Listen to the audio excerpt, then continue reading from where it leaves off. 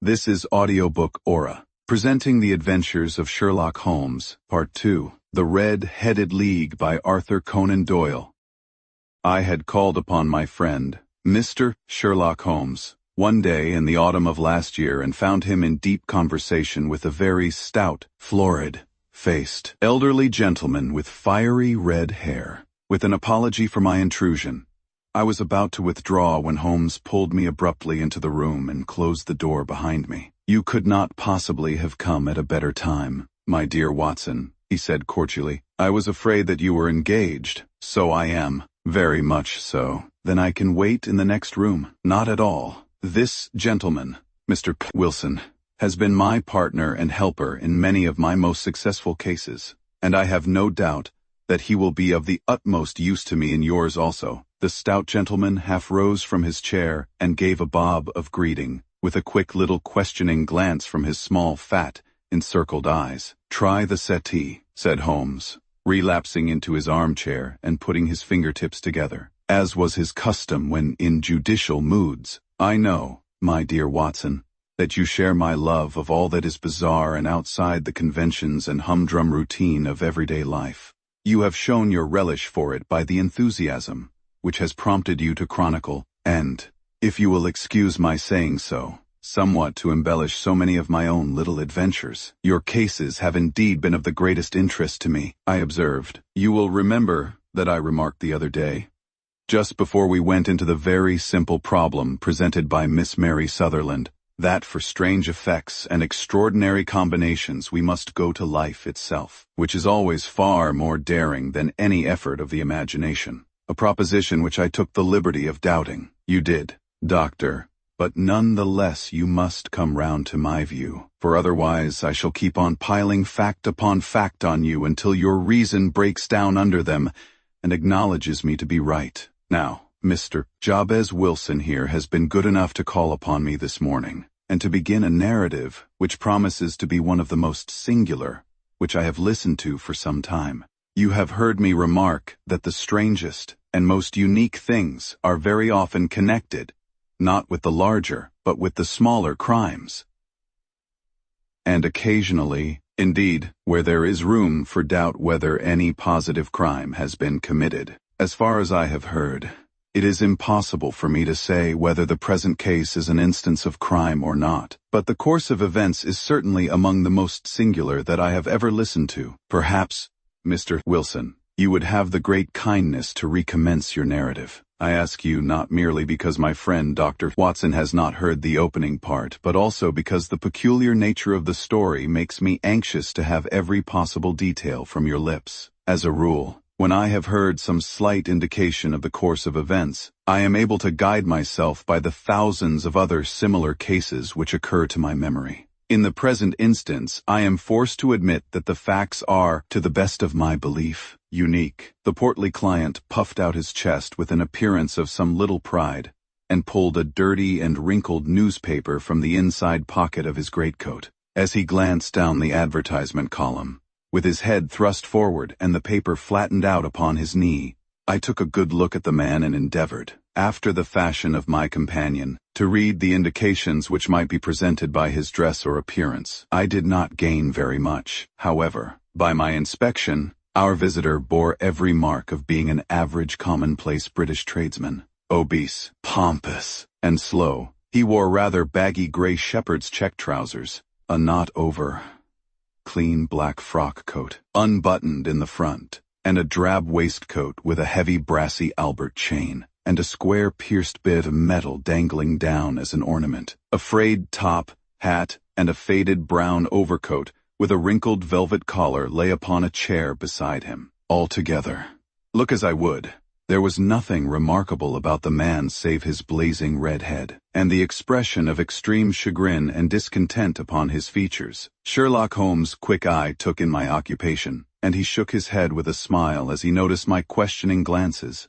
Beyond the obvious facts that he has at some time done manual labor, that he takes snuff, that he is a Freemason, that he has been in China, and that he has done a considerable amount of writing lately, I can deduce nothing else. Mr. Jabez Wilson started up in his chair, with his forefinger upon the paper, but his eyes upon my companion. How, in the name of good fortune, did you know all that, Mr. Holmes? He asked. How did you know? For example, that I did manual labor. It's as true as gospel, for I began as a ship's carpenter. Your hands, my dear sir, your right hand is quite a size larger than your left. You have worked with it, and the muscles are more developed. Well, the snuff, then, and the Freemasonry? I won't insult your intelligence by telling you how I read that, especially as a rather against the strict rules of your order. You use an arc and compass breastpin. Ah, of course.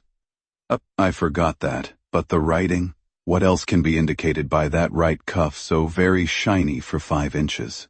And the left one with the smooth patch near the elbow where you rested upon the desk? Well, but China? The fish that you have tattooed immediately above your right wrist could only have been done in China. I have made a small study of tattoo marks, and have even contributed to the literature of the subject. That trick of staining the fish's scales of a delicate pink is quite peculiar to China. When, in addition, I see a Chinese coin hanging from your watch chain, the matter becomes even more simple. Mr. Jabez Wilson laughed heavily. Well, I never, said he. I thought at first that you had done something clever, but I see that there was nothing in it after all. I begin to think, Watson, said Holmes, that I make a mistake in explaining omni ignotum pro magnifico, you know, and my poor little reputation, such as it is, will suffer shipwreck if I am so candid. Can you not find the advertisement, Mr. Wilson? Yes, I have got it now, he answered with his thick red finger planted halfway down the column. Here it is. This is what began it all. You just read it for yourself, sir. I took the paper from him and read as follows. To the Red-Headed League, on account of the bequest of the late Ezekiah Hopkins, of Lebanon, Pennsylvania, U.S.A. There is now another vacancy open which entitles a member of the League to a salary of Fay-4 a week for purely nominal services. All red-headed men who are sound in body and mind and above the age of 21 years are eligible. Apply in person on Monday at 11 o'clock to Duncan Ross at the offices of the League, 7 Pope's Court, Fleet Street. What on earth does this mean? I ejaculated after I had twice read over the extraordinary announcement. Holmes chuckled and wriggled in his chair, as was his habit when in high spirits. It is a little off the beaten track, isn't it? Said he. And now, Mr. Wilson, off you go at scratch and tell us all about yourself, your household, and the effect which this advertisement had upon your fortunes. You will first make a note, Doctor, of the paper and the date. It is the Morning Chronicle of April 27, 1890, just 2 months ago.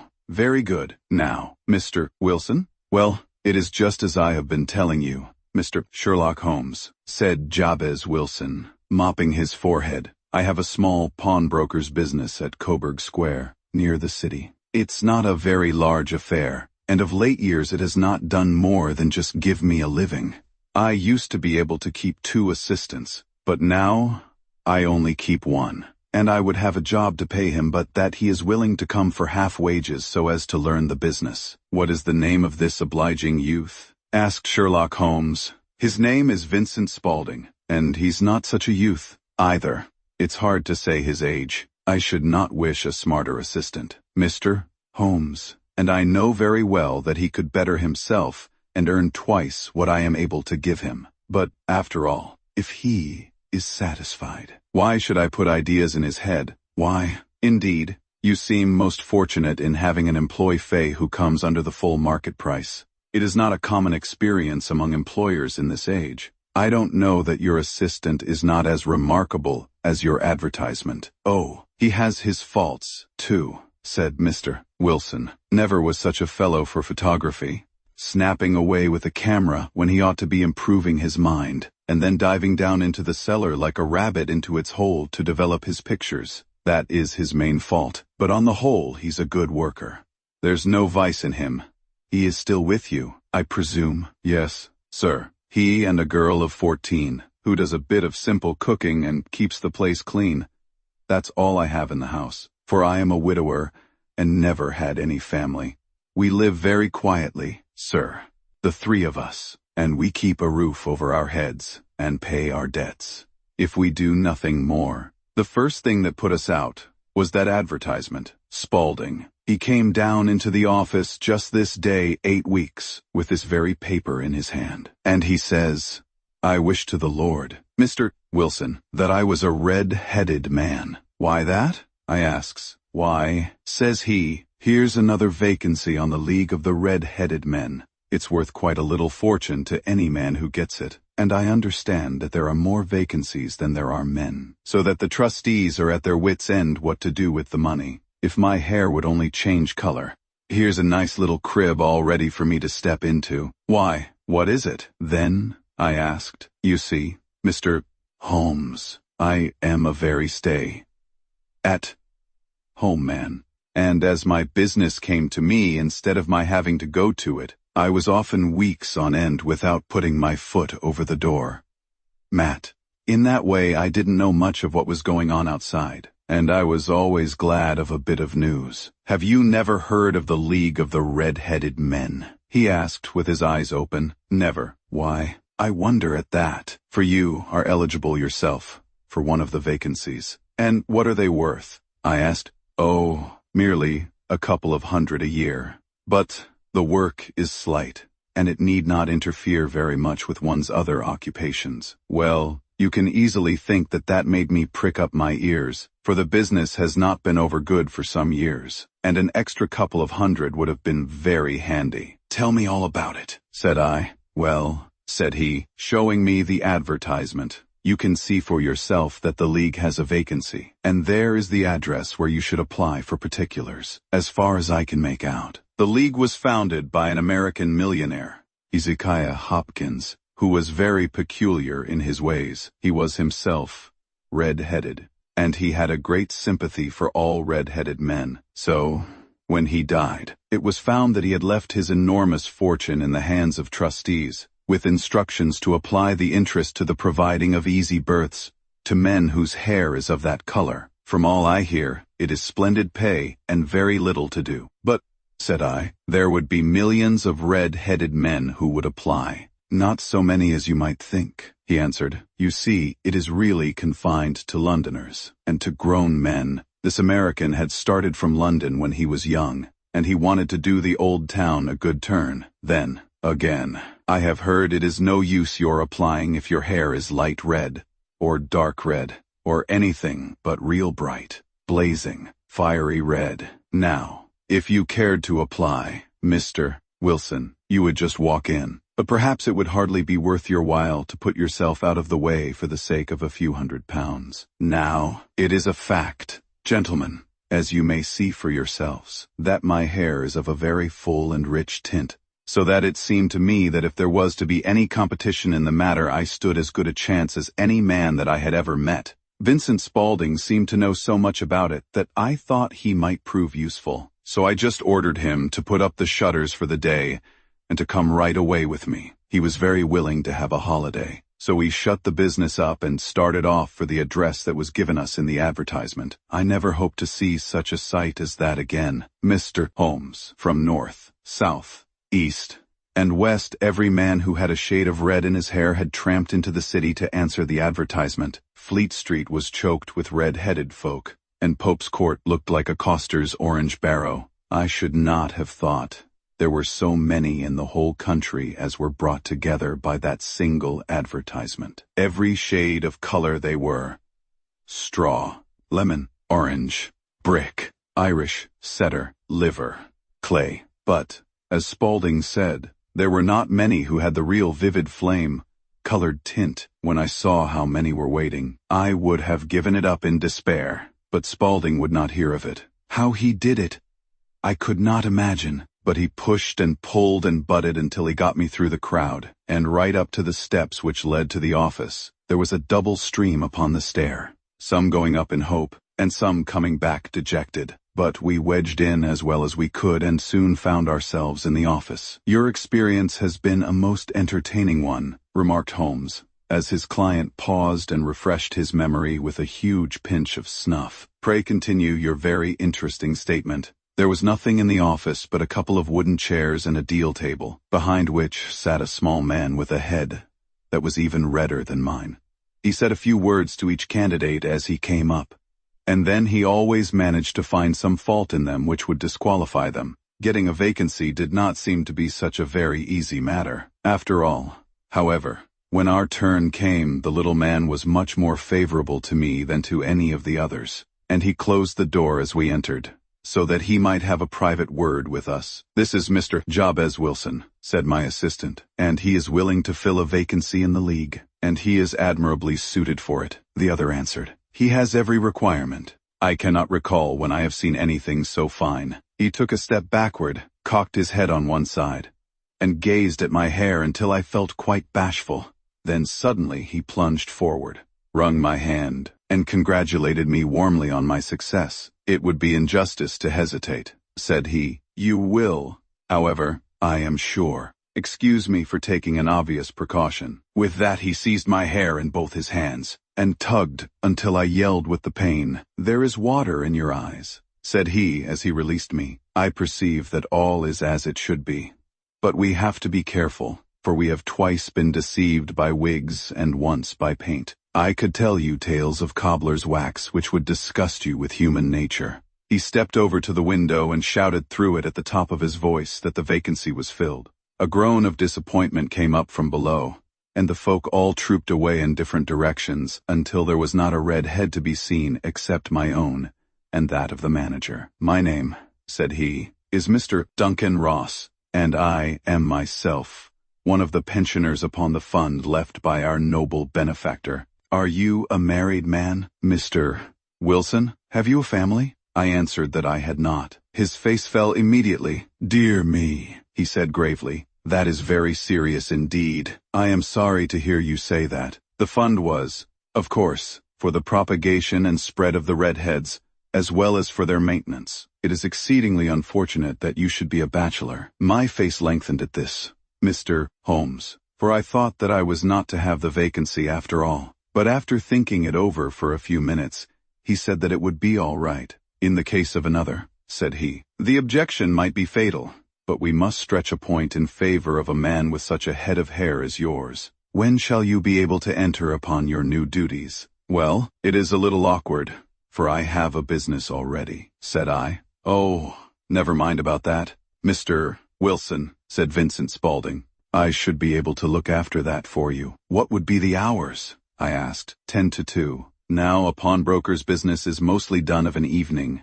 Mr. Holmes, especially Thursday and Friday evening, which is just before payday, so it would suit me very well to earn a little in the mornings. Besides, I knew that my assistant was a good man, and that he would see to anything that turned up. "That would suit me very well," said I. "And the pay is Fay 4 a week, and the work is purely nominal." "What do you call purely nominal?" "Well, you have to be in the office, or at least in the building, the whole time. If you leave, you forfeit your whole position forever. The will is very clear upon that point. You don't comply with the conditions if you budge from the office during that time. It's only 4 hours a day, and I should not think of leaving," said I. "No excuse will avail," said Mr. Duncan Ross. "Neither sickness, nor business, nor anything else. There, you must stay, or you lose your billet. And the work is to copy out the Encyclopaedia Britannica. There is the first volume of it in that press. You must find your own ink, pens, and blotting paper. But we provide this table and chair. Will you be ready tomorrow?" "Certainly," I answered. "Then, good bye, Mr. Jabez Wilson, and let me congratulate you once more on the important position which you have been fortunate enough to gain." He bowed me out of the room, and I went home with my assistant, hardly knowing what to say or do. I was so pleased at my own good fortune. Well, I thought over the matter all day, and by evening I was in low spirits again, for I had quite persuaded myself that the whole affair must be some great hoax or fraud, though what its object might be I could not imagine. It seemed altogether past belief that anyone could make such a will, or that they would pay such a sum for doing anything so simple as copying out the Encyclopaedia Britannica. Vincent Spaulding did what he could to cheer me up, but by bedtime I had reasoned myself out of the whole thing. However, in the morning I determined to have a look at it anyhow, so I bought a penny bottle of ink, and, with a quill, pen, and 7 sheets of foolscap paper, I started off for Pope's Court. Well, to my surprise and delight, everything was as right as possible. The table was set out ready for me, and Mr. Duncan Ross was there to see that I got fairly to work. He started me off upon the letter, and then he left me, but he would drop in from time to time to see that all was right with me. At 2 o'clock, he bade me good day, complimented me upon the amount that I had written, and locked the door of the office after me. This went on day after day. Mr. Holmes, and on Saturday the manager came in and planked down 4 golden sovereigns for my week's work. It was the same next week, and the same the week after. Every morning I was there at 10, and every afternoon I left at 2. By degrees Mr. Duncan Ross took to coming in only once of a morning, and then, after a time, he did not come in at all. Still, of course, I never dared to leave the room for an instant, for I was not sure when he might come, and the billet was such a good one, and suited me so well, that I would not risk the loss of it. 8 weeks passed away like this, and I had written about abbots and archery and armor and architecture and Attica, and hoped with diligence that I might get on to the bees before very long. It cost me something in foolscap, and I had pretty nearly filled a shelf with my writings. And then suddenly, the whole business came to an end. To an end? Yes, sir. And no later than this morning. I went to my work as usual at 10 o'clock, but the door was shut and locked, with a little square of cardboard hammered on to the middle of the panel with a tack. Here it is, and you can read for yourself. He held up a piece of white cardboard about the size of a sheet of notepaper.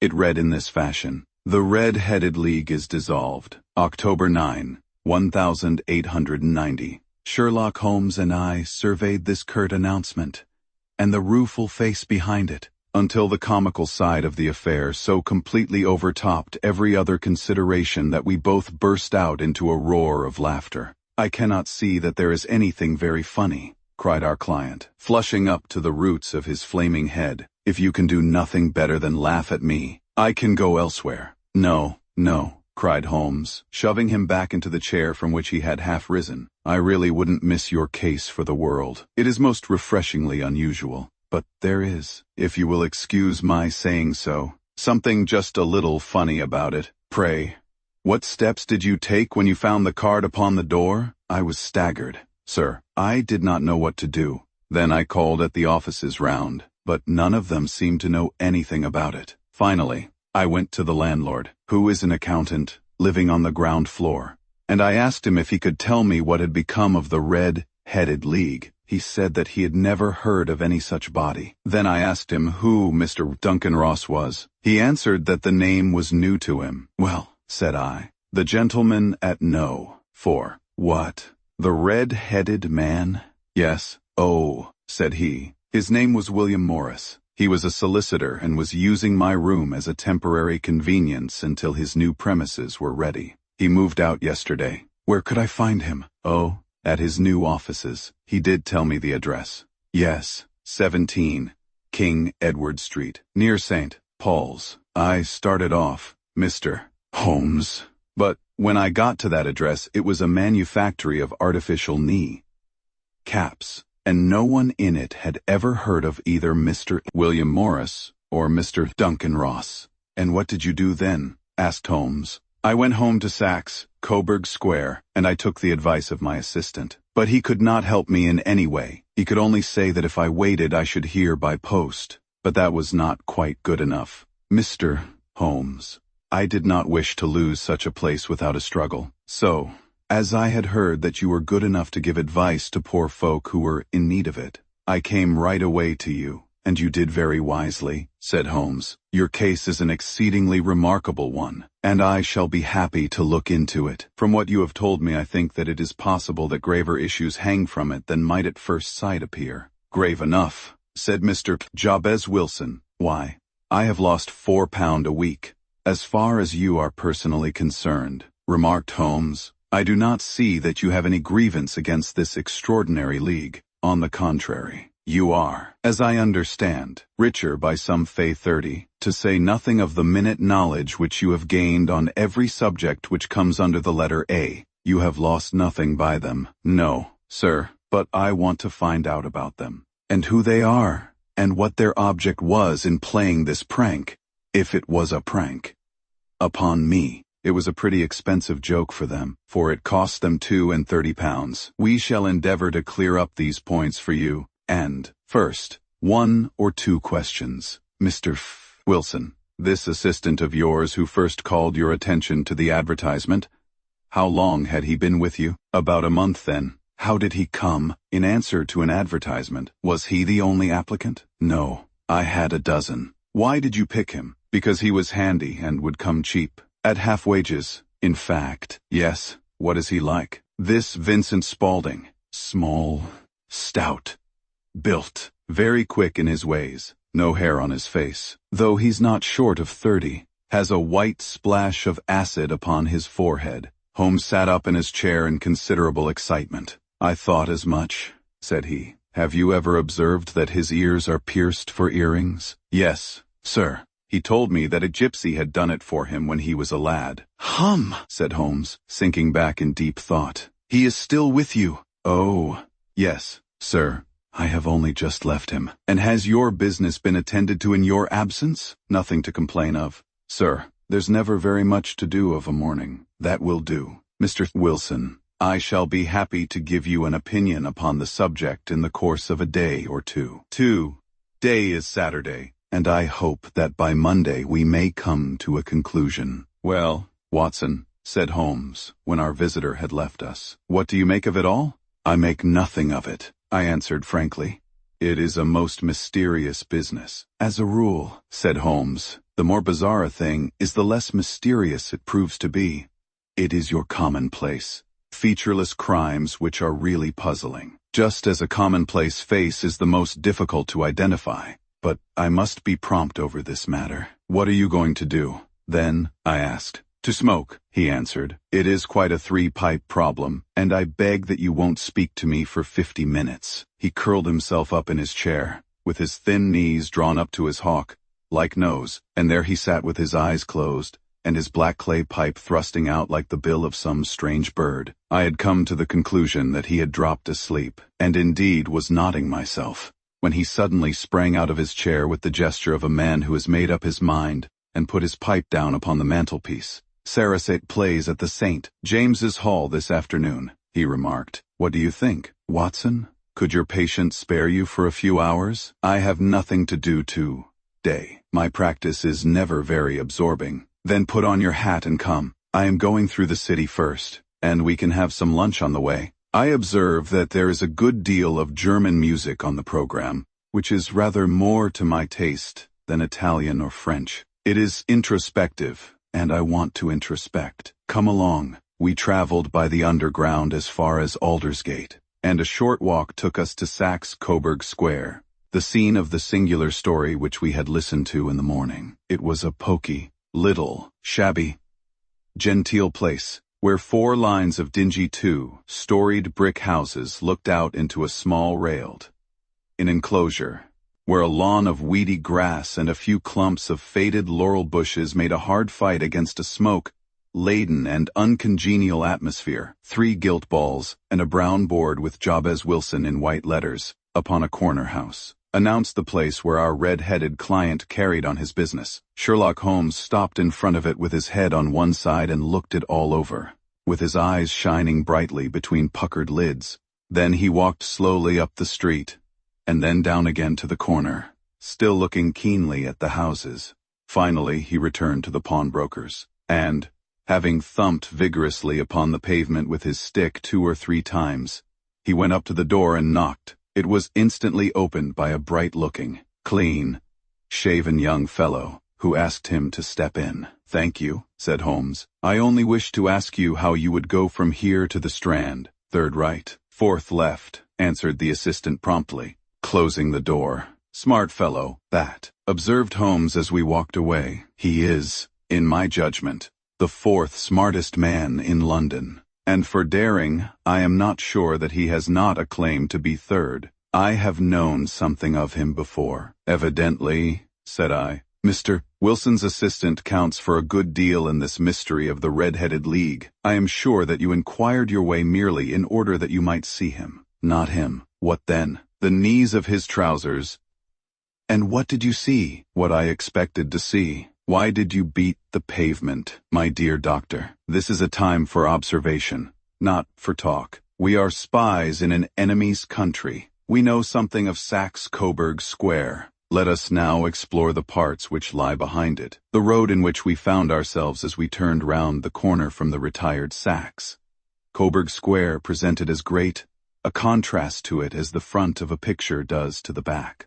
It was one of the main arteries which conveyed the traffic of the city to the north and west. The roadway was blocked with the immense stream of commerce flowing in a double tide inward and outward, while the footpaths were black with the hurrying swarm of pedestrians. It was difficult to realize as we looked at the line of fine shops and stately business premises that they really abutted on the other side upon the faded and stagnant square which we had just quitted. Let me see, said Holmes, standing at the corner and glancing along the line. I should like just to remember the order of the houses here. It is a hobby of mine to have an exact knowledge of London. There is Mortimer's, the tobacconist, the little newspaper shop, the Coburg branch of the City and Suburban Bank, the vegetarian restaurant, and McFarlane's carriage. Building depot. That carries us right on to the other block. And now, Doctor, we've done our work. So it's time we had some play.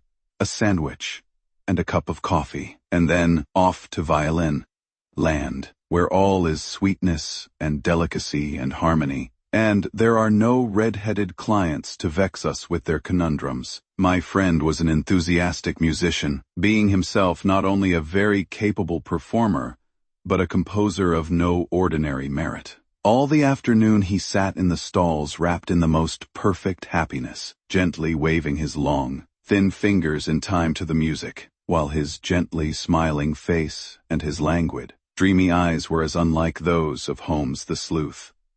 Hound Holmes, the relentless, keen-witted, ready-handed criminal agent, as it was possible to conceive. In his singular character the dual nature alternately asserted itself, and his extreme exactness and astuteness represented, as I have often thought, the reaction against the poetic and contemplative mood, which occasionally predominated in him. The swing of his nature took him from extreme languor to devouring energy, and, as I knew well, he was never so truly formidable as when, for days on end, he had been lounging in his armchair amid his improvisations and his black-letter editions.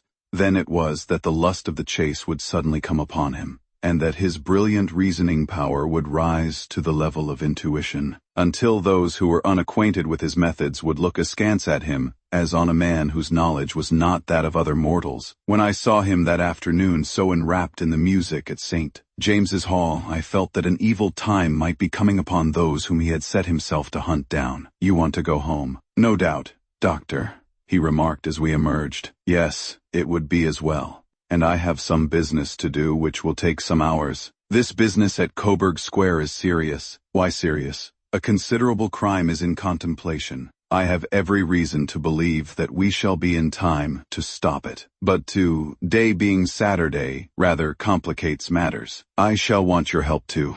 Night. At what time? 10 will be early enough. I shall be at Baker Street at 10. Very well. And, I say, Doctor, there may be some little danger, so kindly put your army revolver in your pocket. He waved his hand, turned on his heel, and disappeared in an instant among the crowd. I trust that I am not more dense than my neighbors, but I was always oppressed with a sense of my own stupidity in my dealings with Sherlock Holmes. Here I had heard what he had heard. I had seen what he had seen, and yet from his words it was evident that he saw clearly not only what had happened, but what was about to happen. While to me the whole business was still confused and grotesque, as I drove home to my house in Kensington, I thought over it all.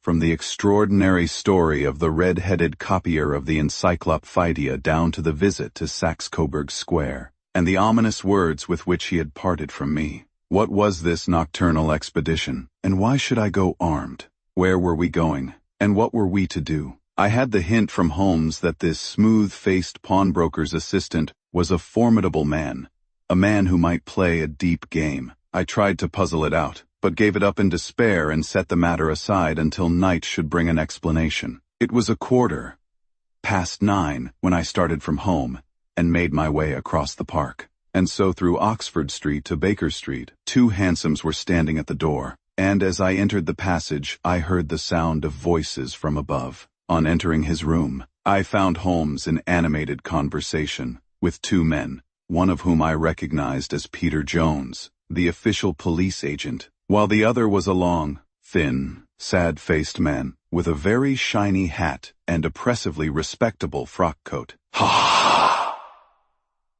Our party is complete," said Holmes, buttoning up his pea jacket and taking his heavy hunting crop from the rack. "Watson, I think you know Mr. Jones of Scotland Yard? Let me introduce you to Mr. Merryweather, who is to be our companion into night's adventure. We're hunting in couples again. Doctor, you see," said Jones in his consequential way, "our friend here is a wonderful man for starting a chase. All he wants is an old dog to help him to do the running down." "I hope a wild goose may not prove to be the end of our chase," observed Mr. Merryweather gloomily. "You may place considerable confidence in Mr. Holmes, sir," said the police agent loftily. "He has his own little methods, which are, if you won't mind my saying so, just a little too theoretical and fantastic. But he has the makings of a detective in him. It is not too much to say that once or twice, as in that business of the Sholto murder and the Agra treasure, he's been more nearly correct than the official force." "Oh, if you say so, Mr. Jones, it is all right," said the stranger with deference. "Still, I confess that I miss my rubber. It is the first Saturday night for 7 and 20 years that I have not had my rubber." "I think you will find," said Sherlock Holmes, "that you will play for a higher stake tonight than you have ever done yet, and that the play will be more exciting. For you, Mr. Merryweather, the stake will be some fey 30-0, and for you, Jones, it will be the man upon whom you wish to lay your hands. John Clay, the murderer, thief, smasher, and forger. He's a young man, Mr. Merryweather, but he is at the head of his profession, and I would rather have my bracelets on him than on any criminal in London. He's a remarkable man, is young John Clay. His grandfather was a royal duke, and he himself has been to Eton and Oxford. His brain is as cunning as his fingers, and though we meet signs of him at every turn, we never know where to find the man himself. He'll crack a crib in Scotland one week, and be raising money to build an orphanage in Cornwall the next. I've been on his track for years, and have never set eyes on him yet. I hope that I may have the pleasure of introducing you to Night. I've had 1 or 2 little turns also with Mr. John Clay, and I agree with you that he is at the head of his profession. It is past 10, however, and quite time that we started. If you two will take the first hansom, Watson and I will follow in the second." Sherlock Holmes was not very communicative during the long drive and lay back in the cab humming the tunes which he had heard in the afternoon. We rattled through an endless labyrinth of gas-lit streets until we emerged into Farrington Street. "We are close there now," my friend remarked. "This fellow Merryweather is a bank director, and personally interested in the matter. I thought it as well to have Jones with us also. He is not a bad fellow, though an absolute imbecile in his profession. He has one positive virtue. He is as brave as a bulldog and as tenacious as a lobster if he gets his claws upon anyone. Here we are, and they are waiting for us." We had reached the same crowded thoroughfare in which we had found ourselves in the morning. Our cabs were dismissed, and, following the guidance of Mr. Merryweather, we passed down a narrow passage and through a side door, which he opened for us. Within there was a small corridor, which ended in a very massive iron gate. This also was opened, and led down a flight of winding stone steps, which terminated at another formidable gate. Mr. Merryweather stopped to light a lantern, and then conducted us down a dark, earth-smelling passage, and so, after opening a third door, into a huge vault or cellar, which was piled all round with crates and massive boxes. "You are not very vulnerable from above," Holmes remarked, as he held up the lantern and gazed about him. "Nor from below," said Mr. Merryweather, striking his stick upon the flags which lined the floor. "Why, dear me, it sounds quite hollow," he remarked, looking up in surprise. "I must really ask you to be a little more quiet," said Holmes, severely. "You have already imperiled the whole success of our expedition. Might I beg that you would have the goodness to sit down upon one of those boxes, and not to interfere?" The solemn Mr. Merryweather perched himself upon a crate, with a very injured expression upon his face, while Holmes fell upon his knees upon the floor, and, with the lantern and a magnifying lens, began to examine neatly the cracks between the stones. A few seconds sufficed to satisfy him, for he sprang to his feet again and put his glass in his pocket. "We have at least an hour before us," he remarked, "for they can hardly take any steps until the good pawnbroker is safely in bed. Then they will not lose a minute, for the sooner they do their work, the longer time they will have for their escape. We are at present, Doctor, as no doubt you have divined, in the cellar of the city branch of one of the principal London banks. Mr. Merryweather is the chairman of directors, and he will explain to you that there are reasons why the more daring criminals of London should take a considerable interest in this cellar at present. "It is our French gold," whispered the director. "We have had several warnings that an attempt might be made upon it." "Your French gold?" "Yes. We had occasion some months ago to strengthen our resources and borrowed for that purpose 30 Napoleons from the Bank of France. It has become known that we have never had occasion to unpack the money, and that it is still lying in our cellar. The crate upon which I sit contains 2 Napoleons packed between layers of lead foil. Our reserve of bullion is much larger at present than is usually kept in a single branch office, and the directors have had misgivings upon the subject, which were very well justified," observed Holmes. "And now it is time that we arranged our little plans.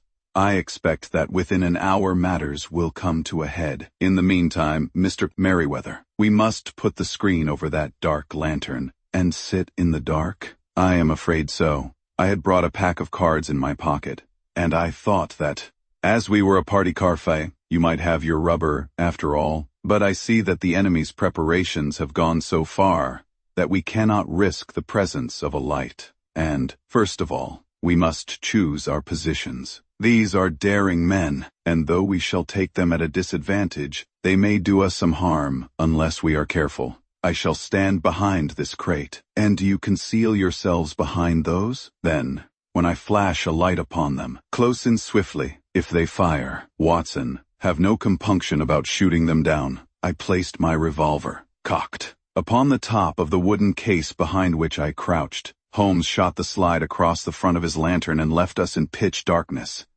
Such an absolute darkness as I have never before experienced. The smell of hot metal remained to assure us that the light was still there, ready to flash out at a moment's notice. To me, with my nerves worked up to a pitch of expectancy, there was something depressing and subduing in the sudden gloom, and in the cold dank air of the vault. "They have but one retreat," whispered Holmes. "That is back through the house into Coburg Square. I hope that you have done what I asked you, Jones? I have an inspector and 2 officers waiting at the front door. Then we have stopped all the holes. And now, we must be silent and wait." What a time it seemed! From comparing notes afterwards, it was but an hour and a quarter. Yet, it appeared to me that the night must have almost gone, and the dawn be breaking above us. My limbs were weary and stiff, for I feared to change my position. Yet my nerves were worked up to the highest pitch of tension, and my hearing was so acute that I could not only hear the gentle breathing of my companions, but I could distinguish the deeper, heavier breath of the bulky Jones from the thin, sighing note of the bank director. From my position, I could look over the case in the direction of the floor. Suddenly my eyes caught the glint of a light. At first it was but a lurid spark upon the stone pavement. Then it lengthened out until it became a yellow line, and then, without any warning or sound, a gash seemed to open, and a hand appeared, a white, almost womanly hand, which felt about in the center of the little area of light. For a minute or more the hand, with its writhing fingers, protruded out of the floor. Then it was withdrawn as suddenly as it appeared, and all was dark again, save the single lurid spark, which marked a chink between the stones. Its disappearance, however, was but momentary. With a rending, tearing sound, one of the broad, white stones turned over upon its side and left a square, gaping hole, through which streamed the light of a lantern. Over the edge there peeped a clean-cut,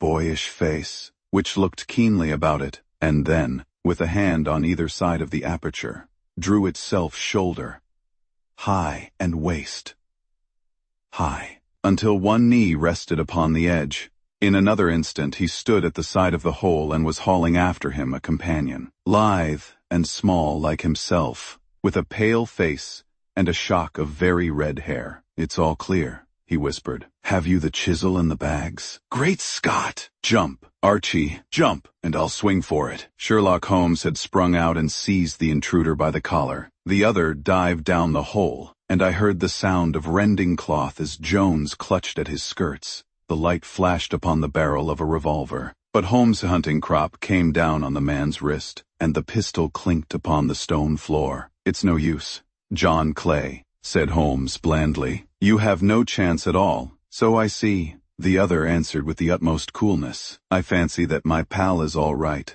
though I see you have got his coat-tails." "There are 3 men waiting for him at the door," said Holmes. "Oh, indeed. You seem to have done the thing very completely. I must compliment you." "And I you," Holmes answered. "Your red-headed idea was very new and effective." "You'll see your pal again presently," said Jones. "He's quicker at climbing down holes than I am. Just hold out while I fix the derbies. I beg that you will not touch me with your filthy hands," remarked our prisoner as the handcuffs clattered upon his wrists. "You may not be aware that I have royal blood in my veins. Have the goodness, also, when you address me always to say sir and please." "All right," said Jones with a stare and a snigger. "Well, would you please, sir, march upstairs, where we can get a cab to carry your highness to the police station." "That is better," said John Clay serenely. He made a sweeping bow to the 3 of us and walked quietly off in the custody of the detective. "Really, Mr.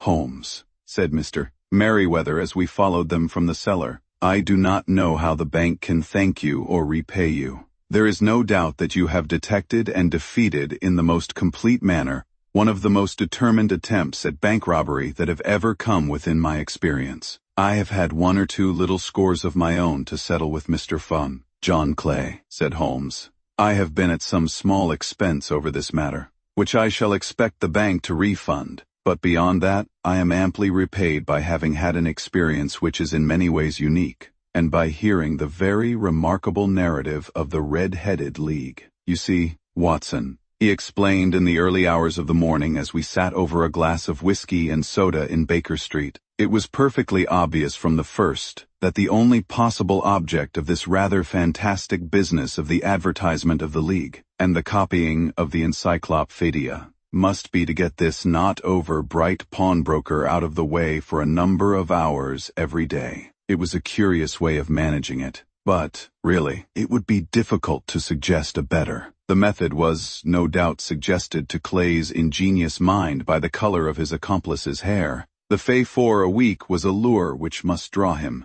And what was it to them, who were playing for thousands? They put in the advertisement. One rogue has the temporary office. The other rogue incites the man to apply for it, and together they manage to secure his absence every morning in the week. From the time that I heard of the assistant having come for half wages, it was obvious to me that he had some strong motive for securing the situation. But how could you guess what the motive was? Had there been women in the house, I should have suspected a mere vulgar intrigue. That, however, was out of the question. The man's business was a small one, and there was nothing in his house which could account for such elaborate preparations, and such an expenditure as they were at. It must, then, be something out of the house. What could it be? I thought of the assistant's fondness for photography, and his trick of vanishing into the cellar. The cellar! There was the end of this tangled clue. Then I made inquiries as to this mysterious assistant, and found that I had to deal with one of the coolest and most daring criminals in London. He was doing something in the cellar.